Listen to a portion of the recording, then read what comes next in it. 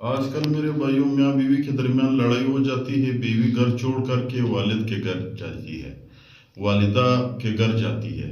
کیا اس کے کیا نقصان ہے؟ اس کے دو نقصانات ہوتے ہیں۔ ایک نقصان اس کی یہ ہے میرے بھائیوں کے رشتے خراب ہوتے ہیں، یہ گھر خراب ہو جاتا ہے۔ دوسرا نقصان اس کا یہ ہے کہ اللہ پاک ناراض ہوتے ہیں۔ اللہ پاک دونوں گھروں پہ، جس گھر سے گئی ہے اور جس گھر میں بیٹی ہے، دونوں گھروں پہ اللہ تعالیٰ کے ایک عذاب مسلط ہوتا ہے۔ وہ کون سے عذاب ہے؟ وہ اتنا خطرناک عذاب اللہ تعالیٰ ان پہ مسلط کرتا ہے میرے بھائیوں۔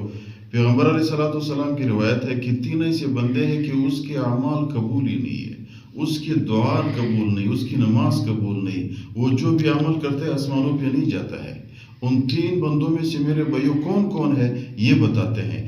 یہ میرے بھائیوں دیکھو کتنی خطرناک بات ہے کہ جب اللہ تعالیٰ آپ کے عمل قبول نہیں کرتا، عورت بیٹھی ہوئی والدین کے گھر ادھر نماز پڑھ رہی، اس کی نماز قبول نہیں، جس گھر سے گئی ہے میرے بھائیوں اس گھر میں بھی اللہ کے عذاب ہے۔ وہ کون سے 3 لوگ ہیں؟ ایک میرے بھائیوں وہ بھائی ہے جو دوسرے مسلمان سے ناراض ہو، غیر ضروری غیر مسئلہ۔ دیکھو اللہ تعالیٰ فرماتے ہیں فَأَصْلِحُوا بَيْنَ أَخَوَيْكُمْ إِنَّمَا الْمُؤْمِنُونَ إِخْوَةٌ۔ یار تمام مسلمان آپس میں بھائی ہے، اپنے بھائی 2 بھائی ناراض ہو جائے، تیسرا آ جائے ان کے درمیان صلح کرا دے۔ اگر نہیں یہ تیسرا خود بخود ایک دوسرے سے صلح کرے، کیوں اپنے اعمال کو خراب کرتے ہو؟ ایک دوسرا اس بندے کے عمل آسمان پہ نہیں جاتے، اللہ تعالیٰ اس کی نماز قبول نہیں کرتے ہیں جو امام ہو اور مقتدی اس سے ناراض ہو، بس زبردستی ممبر پہ کھڑا ہے، ممبر پہ بیٹھا ہے، محراب پہ کھڑا ہے، لوگوں کو مجبور کیا ہوا ہے کہ اس کے پیچھے نماز پڑھے۔ اس امام کے عمل اللہ تعالیٰ قبول نہیں کرتا، آسمانوں پہ نہیں پہنچتا ہے۔ کیوں؟ یہ مقتدی ناراض ہے، مجبور لوگوں کو، مقتدی کو مجبور کیا ہوا ہے کہ اس کے پیچھے نماز پڑھے، اس کے عمل قبول نہیں ہے۔ تیسرا وہ عورت جس نے رات گزاری اور شوہر اسے ناراض ہو۔ ضروری وجہ دیکھو، شوہر عورت کے لیے مجازی خدا ہے۔ پیغمبر علیہ السلام فرماتے ہیں، دیکھو اگر کسی صحابی، لمبا روایت ہے مختصر بیان کرتا ہوں، کہ اگر کسی خاوند کی روایت سے ہے، صحابی پیغمبر علیہ السلام نے ایک صحابی کو، ایک عورت کو یہ فرمان دی کہ اگر آپ اپنے خاوند کی جسم پہ جتنے بھی دانے نکلے، اس پہ پیپ نکلے، اس کو صاف کر دے، پھر بھی آپ اس کے حق پورا نہیں کر سکتے ہو، یہ آپ کے مجازی خدا ہے۔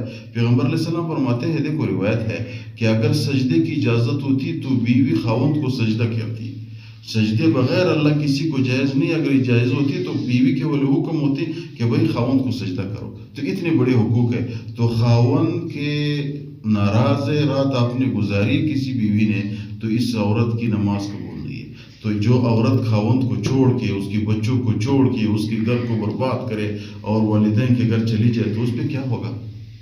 تو اس کو کیا نقصان ہوگا میرے بھائیوں؟ اللہ کیسے اس سے ناراض ہوگا؟ دیکھو چھوٹی چھوٹی باتوں پہ گھروں میں باتیں ہوتی ہے، جب انسان میرے بھائی جہاں رہتا ہے وہاں باتیں خواہ ہوتی ہے، کسی کی مزاج کے خلاف بات ہو جاتی ہے، برداشت انسان کو کرنی چاہیے، صبر انسان کو کرنی چاہیے۔ اور جس گھر سے عورت گئی ہے اس گھر پہ بھی اللہ کے عذاب مسلط ہے۔ ابو بکر رضی اللہ تعالیٰ عنہ سے مرفوعاً حدیث روایت ہے، فرماتے ہیں میرے بھائیوں کہ جس شخص نے رشتے کو توڑا، سرکشی کی، رشتے کو توڑا، اس شخص پہ دنیا میں اللہ کے عذاب مسلط ہو جاتا ہے۔ کون سے عذاب؟ ذلیل ہو جائے گا دنیا میں، ایسے ذلیل ہو جائے گا کہ لوگ اس کو دیکھتے ہی میرے بھائیوں پریشان ہو جائیں گے۔ تو اس لیے جو عورت اپنے گھر کو چھوڑ کے والدین کے گھر گئی ہے، اس کے والدین کے لیے بھی چاہیے کہ بھائی اپنے بیٹی کے گھر کو برباد نہ کرے، اپنی بیٹی کو نصیحت کرے، اور اس کی خاوند کو بھی چاہیے کہ اپنی بیوی کا خیال کرے، پیغمبر علیہ السلام کی روایت پہ عمل کرے۔ پیغمبر علیہ اللہ تعالیٰ فرماتے ہیں ہن لباس لکم، یہ عورت جو ہے آپ لوگوں کے لیے لباس ہے، ایک دوسرے کے لیے آپ لوگ لباس ہو۔ لباس میں انسان کے پورا جسم، انسان کے پردہ ہو جاتا ہے، تو بیوی میرے بھائیوں ہمارے لیے لباس ہے، تو ان کی خیال کرنی چاہیے، خاوند کو بیوی کی اور بیوی کے لیے خاوند کی خیال کرنی چاہیے۔